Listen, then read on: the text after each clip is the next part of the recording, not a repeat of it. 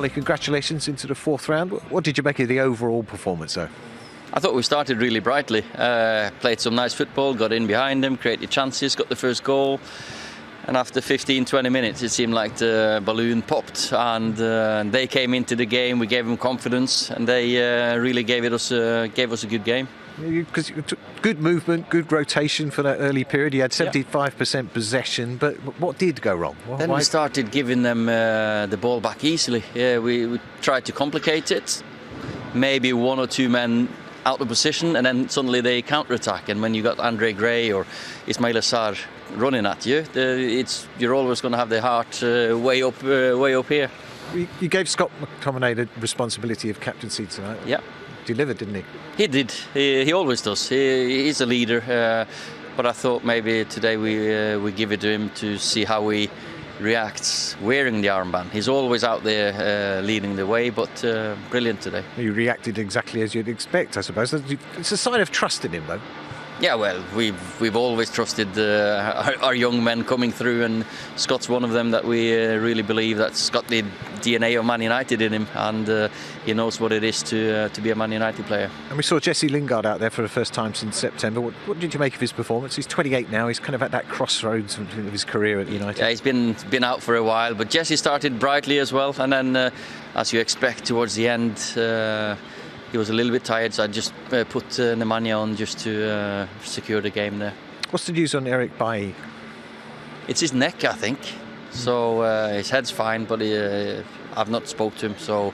But there's no concussion or something like that. So it's a huge week ahead, of course. You've got Burnley Tuesday, you can go top, and then it's Liverpool next weekend. So was that part of the plan today? You know, the team you picked, is that balance? Of course, it's the whole season in one. It's like.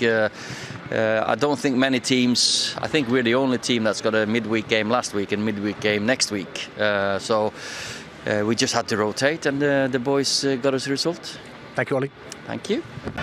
Scott, you're through, job done, but maybe not as decisive as it threatened to be early on. No, we started really well, and then I felt for the first half an hour we were really good. We moved the ball. Some of the combination play that we did have with the front boys, as well as Donny joining in as well, was really, really good. And then we just didn't find it after that. We didn't have it as the first half an hour, and then after the second half, I didn't think we played anywhere near to our level. And obviously for the boys who are coming into the team, it's difficult. They haven't played for a long time, and the manager said get your rhythm. And first 30 minutes, I bet he wasn't expecting the rhythm that we got. And then obviously maybe tired legs, tired minds, not played for some time. So no, it's a credit to the boys. And you got the armband tonight for the first time. That must mean a lot to you. Yeah, obviously for me, when the manager told me, it was a surreal moment. Obviously been at this club since I was just turned 5 years old, so basically 18 years, 19 years associated with the football club. So for me, that's a huge honour and something that I absolutely love, this football club, and it's been my life for my whole life. So yeah, it's a real honour. Oh, some players are inspired by the responsibility. We think we saw that early on, didn't we? Yeah, obviously we work a lot on set pieces, both for and against, so to see one of them going, it's something we've worked on, especially with Eric, the second one.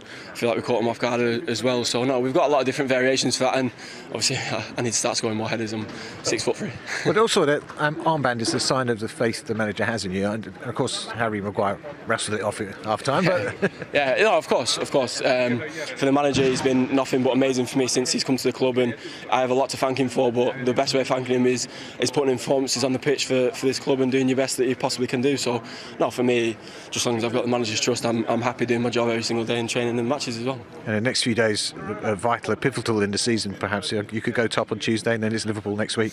Yeah, it's a squad game, as you see tonight. There's players who haven't played, so Tuesday I'm sure they'll be changed again. Liverpool will be changed again. So everybody's so ready for the chance, and I feel like you've seen that with Jesse, with Donny, with guys like that tonight. Dan James in the first half, Jesse was so good, and he was causing real problems, and it's a credit to him because he's had a tough time, Jesse, and I'm so pleased for him today.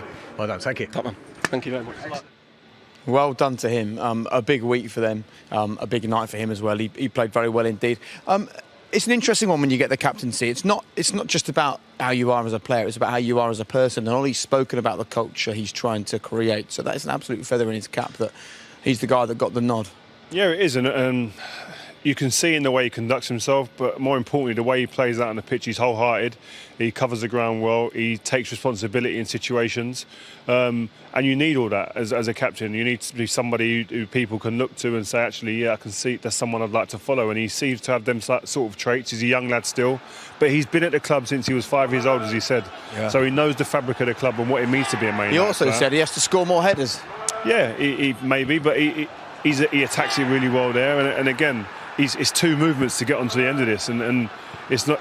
There's a lot of thinking behind that, but also there's a desire to get on the end of things, and he has all of that. And I think, listen, he has the credentials, I think, to be a mainstay in this team and to be a real important member of this team for years and years to come, because of the way he applies himself. It's not just about football ability sometimes.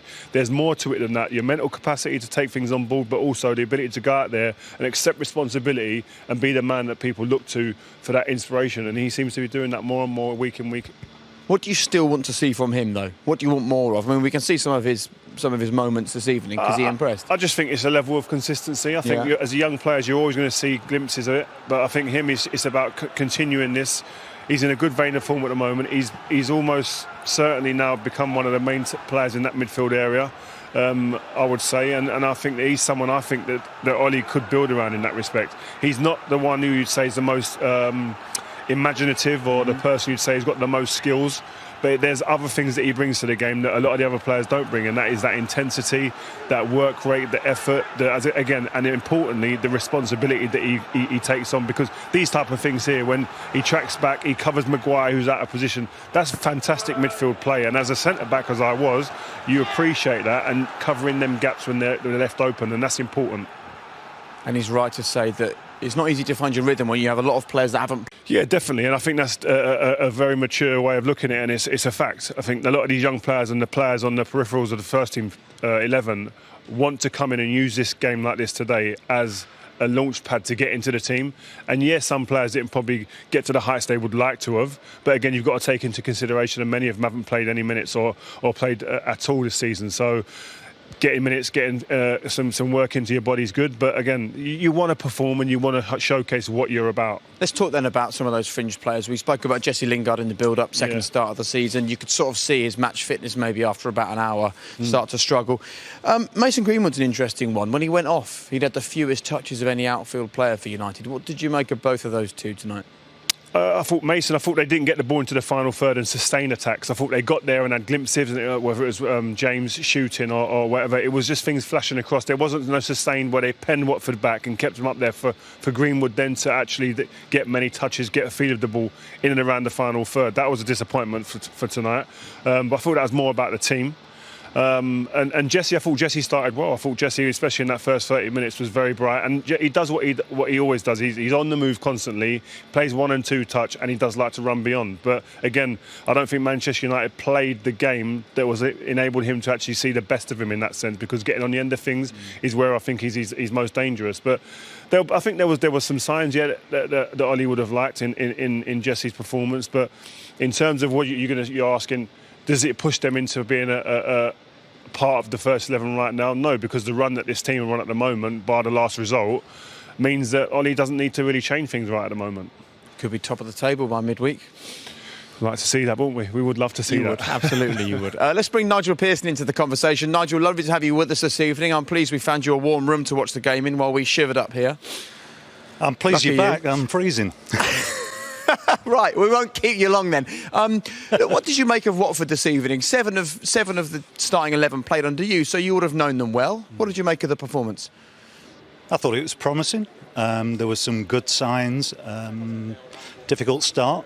They looked much better when they started to press higher up, front 2, 3 behind, and then Chalobah sort of playing as a front sweeper, and they made it more difficult for Manchester United to play out with as much quality, dangerous from set plays. I think they grew into the game, and it was a bit closer than we probably all thought it was going to be after the first 20 minutes. So, yeah, I think what I've heard about the new coach, Muniz, is very positive. I think he comes with a lot of enthusiasm, positive ideas. And you can see that the players are responding to that. I think now like somebody like myself who's been there and left. It's whether he gets enough time to work through a difficult spell as well. So I think there are some really positive signs, yeah. Sorry, Nigel, you talk about knowing what it's like to be there, and obviously you was relieved of your duties there. Being relieved of your duties in the way that you was, does it dampen your idea about going back into management, or are you still as hungry as ever to go back into that as a manager? Yeah, I mean, look, you only go into this sort of job knowing the type of climate that you're working under. And I mean, when I went into Watford, I was very aware of how volatile potentially it is for somebody going in there in my position. So it depends very much on your mindset. And I think one of the things you have to do when you leave a place is to reflect on what happened, whether you feel you've done a good job, what you can do better. But it's done the opposite, actually. It's made me really excited to get another opportunity at some point. But no, I mean, I was very pleased. Is that because you felt hard done by? Is that because you felt hard done by in the way that you was dismissed, maybe? Look, I don't revisiting old ground now. I know that I did a good job there. I know that from where we were when I that we did a lot of positive work in turning a very difficult situation around. But the players committed entirely to that, and so it's always going to be a group, a team ethic, an effort to try and get yourself out of a difficult situation. The problem, it always appears from the outside with a club like Watford who choose to have a policy like they do. And look, they're more than entitled to do that, but it's very difficult to build a really positive culture which is long-lasting, has longevity. And I think that's the next step for them. Yeah. Talking of positive, there was a lovely moment where Will Hughes completed some of his media work behind us, Nigel, just near you, and stopped, had a nice conversation about it. As much as there is a frustration, I'm sure, with not just the fact you lost your job, but the way you lost your job after the great job that you did, I'm sure you still get a thrill from watching these players perform, and they're doing okay in the Championship as well, because your relationship with the players was something that was great from minute one, it felt like. Yeah, it was, and it was good to see a lot of them tonight, and have contact with them from afar, so to speak. But because when you leave a place and you don't have the opportunity to say goodbye to people, that makes it that bit tougher. But I'm really, Will Hughes, for instance, is a very, very, I think, underrated player. Good to see him back, and. Yeah, I can see some real positive signs, and I wish the club every success. If they can bounce back this year, then it's a good football club for sure. Great fan base who are very, very partisan and supportive, and I think that'll be their aim to get back.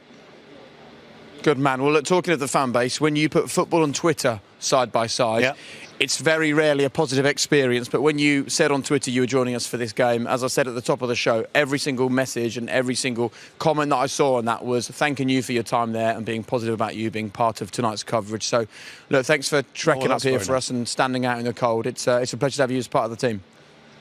Yeah, well, I'm really pleased you invited me. Good to get back in the football arena, even though it's not managing. Yeah, great to be back. Hey, listen, it won't be long, I'm sure. Top man, thanks, Nigel.